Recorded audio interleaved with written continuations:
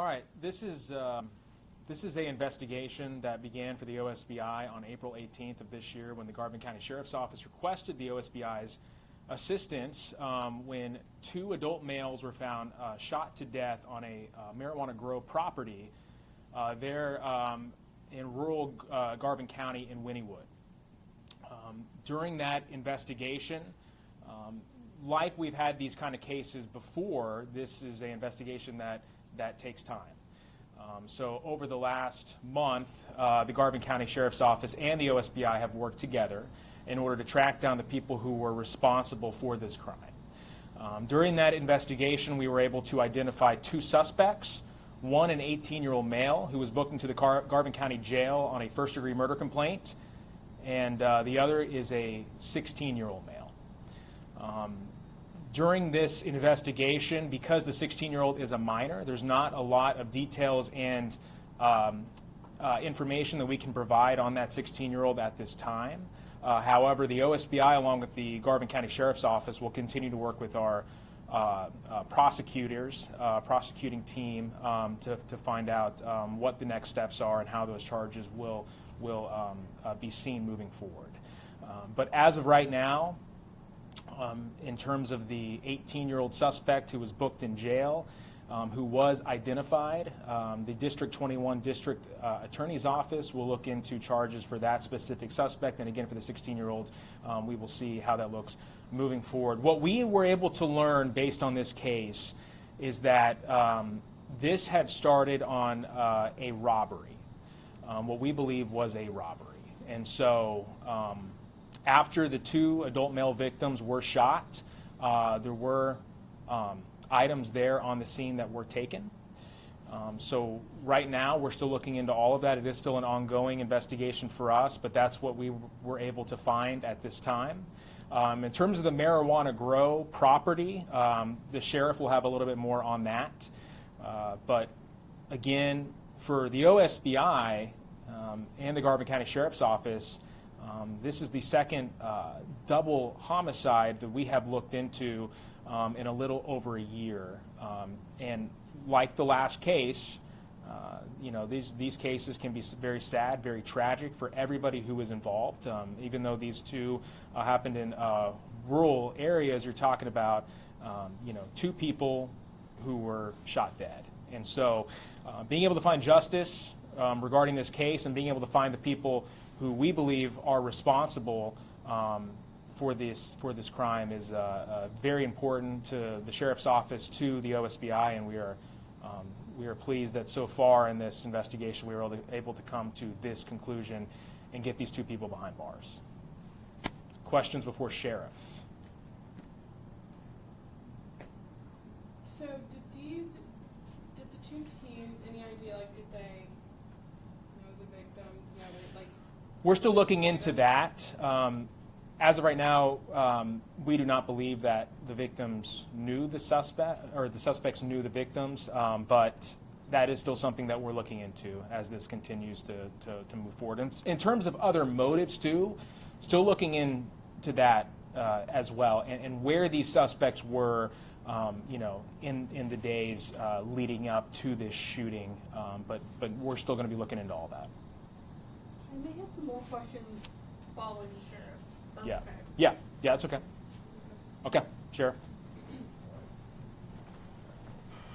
Well, thank you guys again for coming out and spending some time with us. Just like Hunter said, that this was the second double homicide that we've had in Garvin County.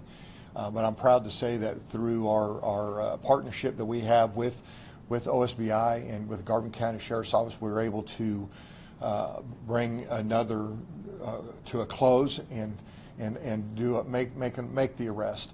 There are a lot of unanswered questions that we have, and as the investigation goes and we start to close out some things, that I believe that we're going to have these questions answered.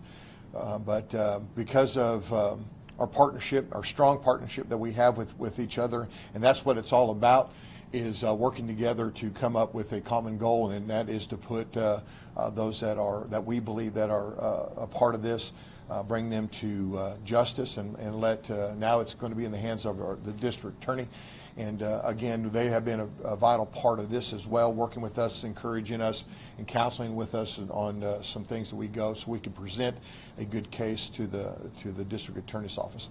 But as of right now, we do have one male in our custody, and a juvenile is going to be in a juvenile facility until it's going to be determined whether or not that juvenile be prosecuted as an adult. Again, that's going to be up to the courts to do that, but we'll stand with them on their decision. So I'll take any kind of questions that you might have for me. Sheriff, this is a very unusual case, unlike your other double homicide. Can you speak to that, and that this probably took you by surprise, and how you were able to link these two teenagers, someone as young as 16, to this double homicide? Yes, very good question. So when we first started this, I remember having the conversation that I didn't have any evidence at that particular time to believe that it was a robbery. You know, there was a lot of circumstances around this particular grow, but as we started to dive into it, and it took us a month to figure this out, but once we started diving into it, yeah, it did kind of take us by surprise to find out how young that these two young men were, and that they were locals. And so, you know, when we think of a grow, and I'll talk about that here in just a minute, but you know, we're thinking that some undocumented individuals maybe got an argument, fighting. That's kind of where our minds went at first. But once we started diving into this, we realized that this is local, and these are young men. And so, yeah, it did take us by surprise. But as we put it together and we started identifying who they were, we felt like we built a good case, and that we're going to have a strong case against these two individuals. Can you kind of, I know you guys are obviously still investigating, but did you guys use surveillance, like maybe, you know, what helped you kind of? Yes, so I'll answer that. So when we investigate, we always start small and we work our way out. The first thing was that we started doing some search warrants around the area. We got the search warrants into the grow, and we started looking for evidence there. And then, you know, we did look for surveillance cameras and things of that nature. And then it took us to some more electronic, looking for electronics, anything that might be out there that we could capture. So it was based off of some of the search warrants that we found, that we're able to kind of connect these individuals of being inside the grow at a particular time, and so we were able to establish a time, which then allowed us to identify who they were. I will say that they were in close proximity to the grow where they live and hang out. So I think I believe that they were familiar with the grow. We just can't put together whether or not if they knew them or how they knew them or become a targeted that grow. So working on that. But our main objective was, once we had enough probable cause to bring to a judge for the arrest warrant, we wanted to make sure that we captured them, got them and brought in. You know, once we realized that we were dealing with a juvenile, you know, that takes on a whole different aspect of the way that we're going to approach it, and where we're going to house, and you know, a whole bunch of different things. So we did that. But I want to say thank you to OSBI again, and then we with the young person being a Native American, we had asked for the Chickasaw Light Horse Police Department to help us out on that as well, and that's what we like about the partnership. We were able, the Garvin County Sheriff's Office and OSBI were able to make the first arrest there with the gentleman that's in our jail, and then we turned over the juvenile to the Chickasaw Nation for housing based off of him being a Native. Can you walk us through what you right now believe happened? You think that these two young men walked in there with the intent to rob the place? In my mind, based off some of the evidence that we have, we believe that they must have something in their mind that they believe that there was some large amounts of product there, that being product of marijuana, maybe, the rumors of a large amount of cash. So I believe that was their intent, their motive was to go in and try to find a large amount of marijuana and money there. But come to find out that later that the grow wasn't even ready for product yet. It was still in the growth phase. So there wasn't this large amount of finished product or a large amount of money where they sold it. And but we believe that it was a robbery that had gone, completely wrong, and resulting in two individuals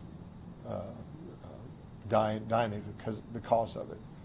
Did the victims, was this like a shootout situation, or were they blindsided by the attack? The evidence that we show looks like to me that they were taken by surprise. I don't think it was a shootout. We didn't find any other weapons in there that belonged to the individuals that lived in the house.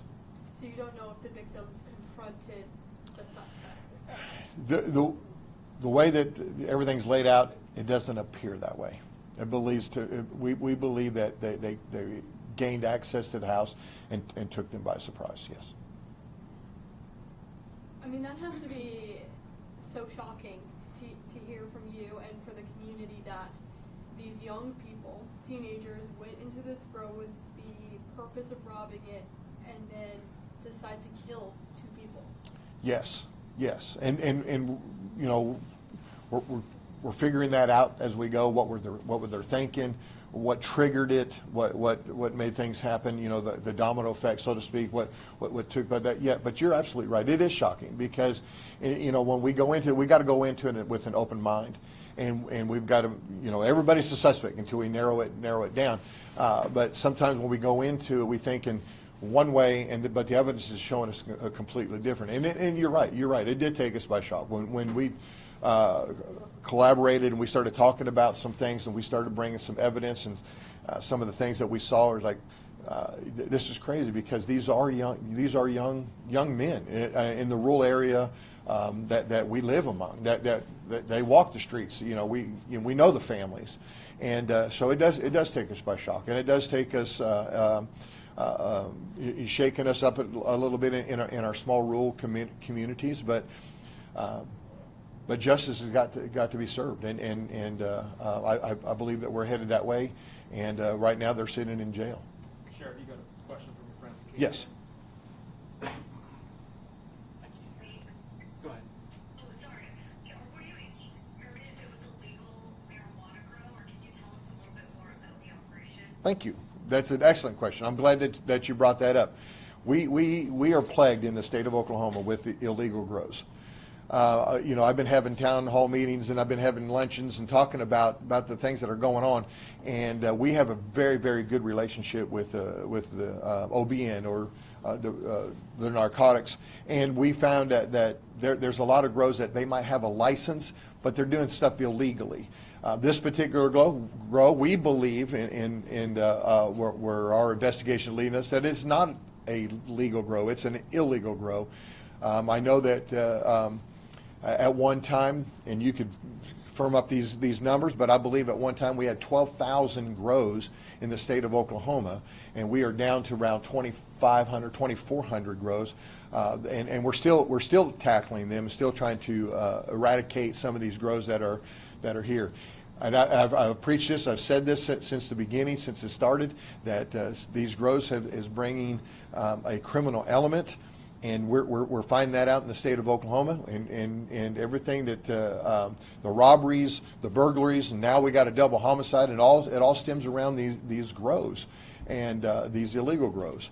So we're definitely looking into this particular grow and some other grows that are around in our area, and I know that Oklahoma Bureau of Narcotics is looking around the state, and you confirm my numbers by giving him a call, and I think he'll confirm my numbers that they're dropping. But that's a good question, and that's what we've been fighting, is these illegal grows in the state of Oklahoma, and some of them being in Garvin County. With the two suspects arrested, was there one shooter, and who did the shooting? Well, we believe that both of them were involved, and possibly both of them would contribute to the shooting. Yes. Do you have a name on the 18-year-old? Wyatt Collins, on the 18-year-old, and we're not disclosing the juvenile just yet, but it's coming. I want to go back to the evidence that linked you guys to the teenagers. Was this like a cell phone left at the scene, social media? Was it a tip? What connected you to them? So there, without giving of everything, because we haven't even done arraignment yet, I tell you that it stemmed on a lot of electronics, and so we were able to piece together some things that were at the grow. And when we found out, once we did our search warrant, electronic search warrants, we were able to find some things that were in the grow that led us to the suspects. And we built off of that, and we identified who was actually in the grow that we believe that committed the homicides on that grow. Earlier you spoke on that you believe the grow was an illegal operation. Is there any way that the homicide could be tied to any kind of gang activity or anything? No, I don't believe it's in any gangs. I think these are just two local individuals thought they had an opportunity to be able to get some product and maybe some money or whatever they had in their mind to think that was there, and it was not there. And things ensued, and two people got shot, and now we have 2 people in jail over it. So you guys, this is a whole different story when it comes to these illegal grows, or even grows that have legal licenses. It's not so much that the license is legal; it's what they're doing with it on the outside. Where are they selling it? Where's that money going? Where's it being transferred? I mean, there's so much that's involved in this, and it takes a lot to investigate it, and that's why we partnered with the Oklahoma Bureau of Narcotics when it comes to these grows. What's your message to the victims' families and to Garvin County in general when it comes to, like you said, you had 2 double homicides of these marijuana grows? Yeah, my message is feed me information. Try to get me information that you can. We love, like I said, I've been meeting with a lot of people. We've been going to lunches and inviting people, talking and trying to educate people. And what I'm trying to do is get the word out that if they want to call us in, if they see any kind of suspicious activity, I've had numerous people call us and say, hey, we think this is some activity going on that doesn't look proper. That's when we investigate. We're able to look into some things. So feel free to give us a call. Call our office. Give us a tip. You can be anonymous. Just let us know what's going on. All hours of the night. I've got guys out all hours of the night. Let us know if you see movement going on in any of these grows, and we'll go investigate them. And like I said, we partner with the Oklahoma Bureau of Narcotics because they're the ones that could tell us whether or not they have a license, and there's so much more into it. But my message is to get out. Let me know what's going on, and we'll go investigate these grows. It just seems like everything stems from the marijuana, but on these particular ones, it stemmed from the marijuana, and the last double homicide, they wanted to go buy marijuana, and when they got there, the individual didn't want to give it up, and next thing here we know, a domino effect, and 2 people died on that particular day as well. And I'm proud to say that we've got 1 of them in our jail, and the other 3 are in Denton and Dallas, and they're getting ready to be extradited back to Garvin County and face charges for that double homicide as well. Question on the Zoom. Yes. Zoom. Did you know if the 2 men that were killed, were they employees, or were you able to determine if either one of them owned the operation or they just worked there? Very good. They were both employees. They did not own the operation. They weren't a part of any kind of supervisory roles. I think they were just workers. Anything else? Well, guys, thank you so much for allowing us to be here and to talk to you and get the word out. And if you guys need anything else, you can just send me a text or an email, and I'll definitely let you know. I know that the arraignment is for the individual in our jail is going to be Thursday at 1 or 1:30 on Thursday. So we'll figure out what the arraignment's going to be there, and then possibly the end of the week we'll figure out what and how we're going to go forward with the juvenile.